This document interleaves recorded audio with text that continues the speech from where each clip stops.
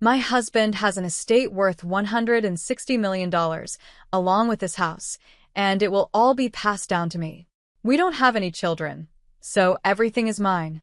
My sister-in-law talks about this with a certain pride, and her words echo in my mind. My name is Astrid. I'm 44 years old and work part-time. My husband and I have 2 sons, one in his senior year of high school and the other a sophomore. My oldest son is preparing for his college entrance exams this year. He's always dreamed of becoming a lawyer and has been working very hard toward that goal.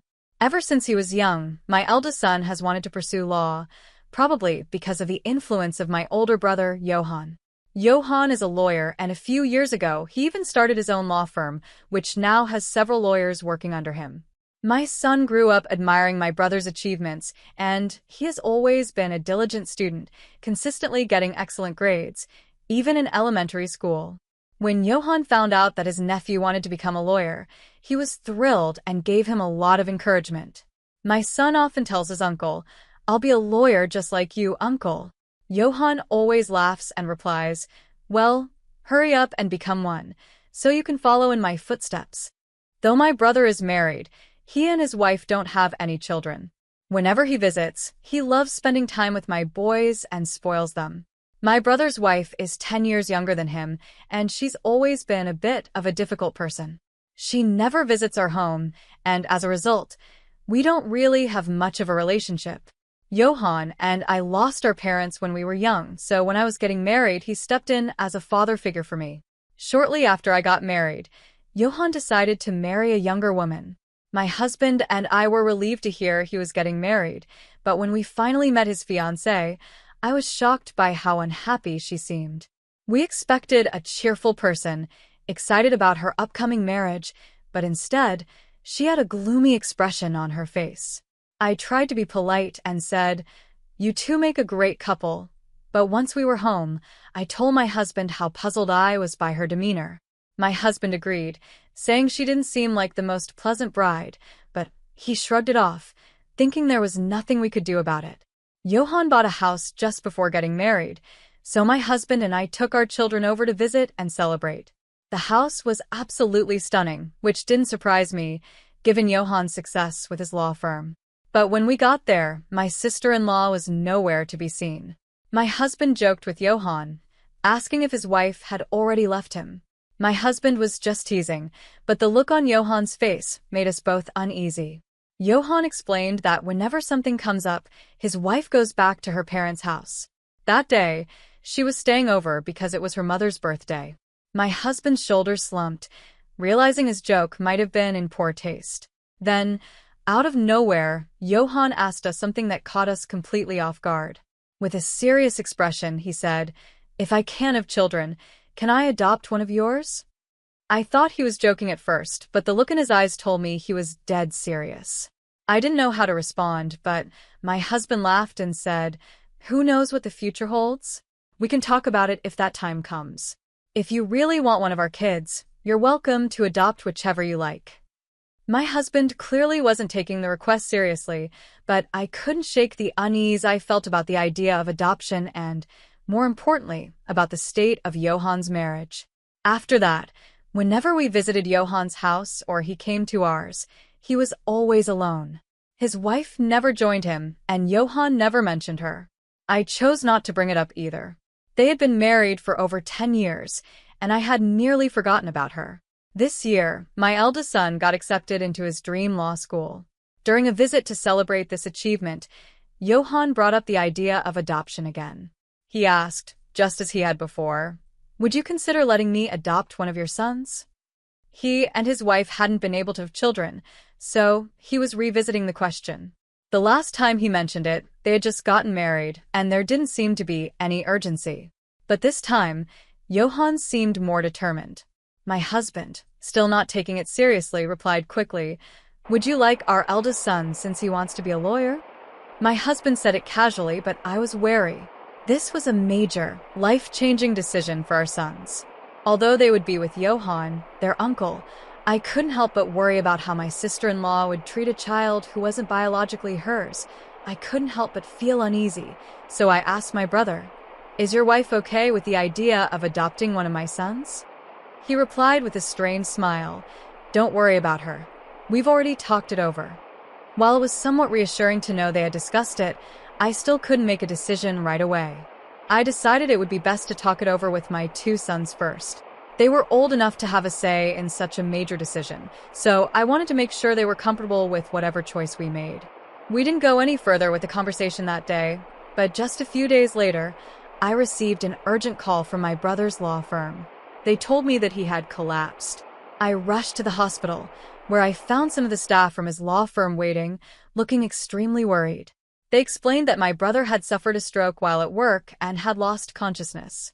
After I arrived, the staff from the law firm left, but they mentioned they hadn't been able to reach my sister-in-law. I tried calling their landline, but there was no answer, and I didn't have her cell phone number.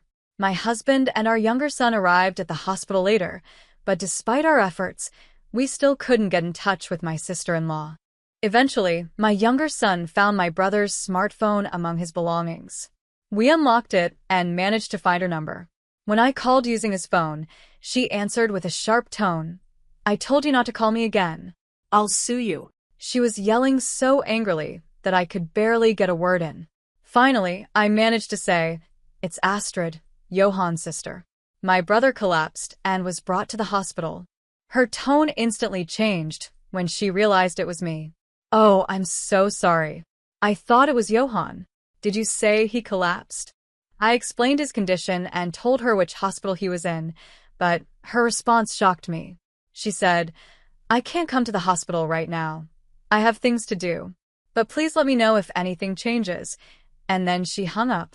I was left wondering what could possibly be more important than her husband lying unconscious in the hospital. It became clear that my sister-in-law wasn't going to be of any help, so we decided to take care of my brother ourselves. My eldest son had just finished his university entrance exams, so he had some free time and offered to visit my brother every day on my behalf. Despite our hopes, my brother never regained consciousness and remained in critical condition. Throughout this time, my sister-in-law never called or visited the hospital, not even once. About a week after my brother was hospitalized, I called my sister-in-law again. This time, she answered the phone almost cheerfully. "What's up? Did he die?" Her callousness left me fuming, but I kept my voice steady as I replied, "He's still alive. Why don't you come to the hospital?" Her response was dripping with irritation as she said, "I'm not a doctor or a healer. There's nothing I can do to help him recover." Her cold attitude made my anger boil over, and I abruptly ended the call. It was then that I started to suspect my brother's desire to adopt one of my sons might have stemmed from his strained relationship with his wife. Perhaps he had given up on the idea of having children with her. When they first got married, I asked my brother how they met, and he mentioned they had met through a marriage counseling agency. Maybe my sister-in-law married him because he was a successful lawyer, and she wanted the lifestyle that came with it. The thought made me even more upset, but when I shared my concerns with my husband, he said something even more disturbing. If Johan dies in this situation, his wife will inherit everything since they don't have any children. Maybe that's why he brought up the idea of adoption again when he came to celebrate our son's success.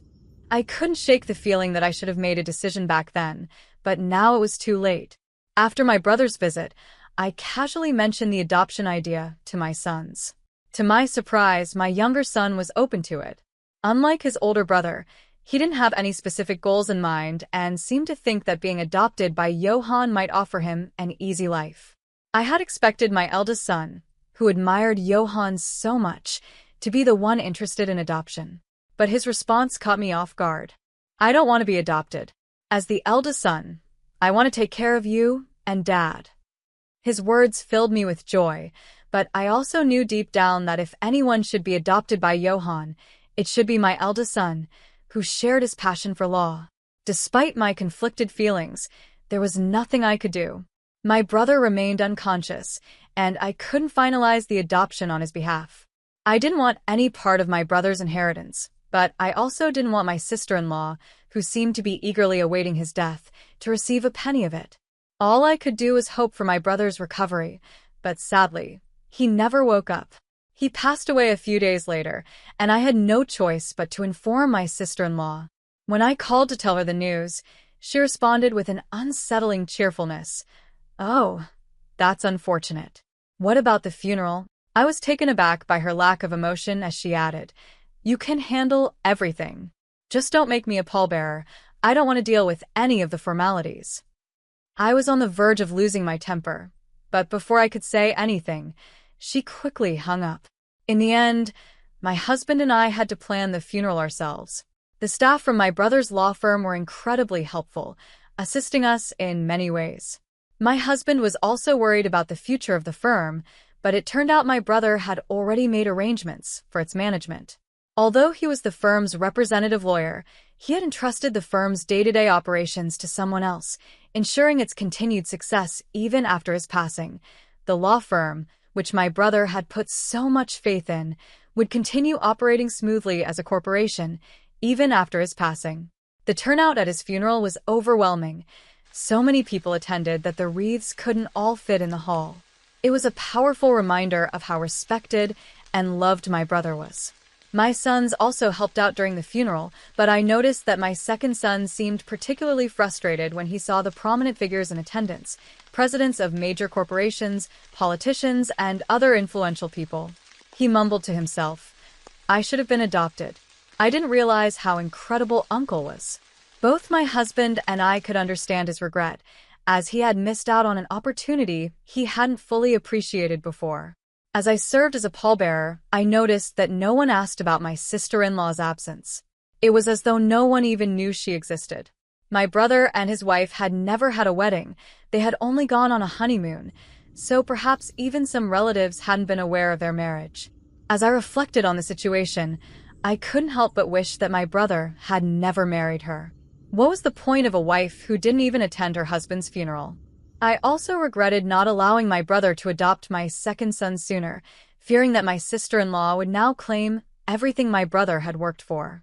With the help of the law firm staff, we managed to complete my brother's funeral. Afterward, I invited everyone to my brother's house for a meal as a way to thank them for their support. "My brother can rest in peace because of all of you," I said, though the sadness in the room was palpable. Just then, my sister-in-law made her appearance, dressed in a garishly bright pink coat. She strutted in with a big smile on her face, as if she had timed her entrance perfectly to coincide with the end of the funeral. I couldn't hold back my frustration and asked her, "Why are you here now after everything's over?" With a loud, almost triumphant voice that everyone could hear, she announced, "My husband's estate, worth $160 million, along with this house, will be passed down to me, his wife. Since we don't have any children, everything is mine." She seemed to be relishing the attention, but to our surprise, the staff from the law firm started laughing. We were all bewildered, not understanding why they found her statement amusing. My sister-in-law, visibly irritated, glared at them and snapped, "What exactly are you laughing about?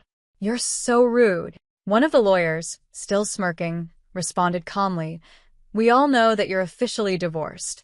We were aware of the terms of your divorce settlement the day before he collapsed." I was utterly shocked. "What? "You were divorced?" I blurted out, unable to hide my disbelief. I looked at my sister-in-law, who had turned as white as a sheet. She was staring at the lawyers with a terrifying expression, her teeth clenched in anger. Another lawyer then chimed in, "Yes, and we also know that you were ordered to pay alimony as part of the divorce settlement. The divorce was a result of your affair, so it's only natural." My sister-in-law, glaring daggers at the lawyer who spoke, retorted, "I'm not required to pay alimony now, am I? There's no one left to pay." She tried to sound confident, but it was clear she was rattled. The lawyer, unfazed, quickly shot back, "Actually, the right to receive alimony is inherited. So, you'll have to pay it to Astrid, as she's now the inheritor." It was in that moment that I fully grasped the situation. I was my brother's sole heir. Since their divorce had been finalized and our parents were no longer alive, everything that had once belonged to my brother now passed to me. My sister-in-law's smugness vanished in an instant as the reality of her situation dawned on her. She was left speechless, no longer in control of the narrative she had so confidently presented just moments before. "So, it's just me left," I thought, as the weight of the situation fully sank in. My sister-in-law seemed to realize this too, and she looked at me with a mix of horror and desperation that made me take a step back. But even with the reality closing in on her, she wasn't ready to give up. She started yelling again, "Don't I get half of the estate now that the divorce is settled?" One of the lawyers, looking exasperated, responded, "Didn't Johann give you a substantial amount when the divorce was finalized? We have a receipt on record." He continued, "Also, the house he purchased before the marriage is not subject to property division." I couldn't help but take some satisfaction in watching her being calmly but firmly lectured by the lawyers. No matter what argument she tried to make, they had a response ready. At one point, she seemed to remember something and chuckled a bit as she said, "But there's the life insurance. I should still be the beneficiary." Her confidence in the midst of a losing battle was almost impressive. She explained that she had changed the beneficiary on Johann's life insurance policy to herself. However, the lawyer quickly shut that down as well. "Johann was meticulous," he said. "I believe he changed the beneficiary when the divorce was finalized. Curious, I searched through my brother's belongings and found the life insurance policy." As I was examining it, my sister-in-law snatched it from me and anxiously scanned the document. Her shoulders slumped in defeat as she handed it back to me. Sure enough, the beneficiary listed was me. Realizing that she was getting nowhere, my sister-in-law finally let her true feelings slip. "I married a lawyer because I thought he was wealthy," she shouted, "but all I got was a small settlement, and now I have to pay alimony." This was a huge mistake. With a grim expression, one of the lawyers responded, "Johann felt the same way. He said he regretted ever going to that marriage counselor and considered it the biggest mistake of his life." My brother had never confided such thoughts to me, but it was clear he had been honest with his colleagues. With nothing left to say, my sister-in-law stormed out of my brother's house, leaving behind whatever dignity she might have had.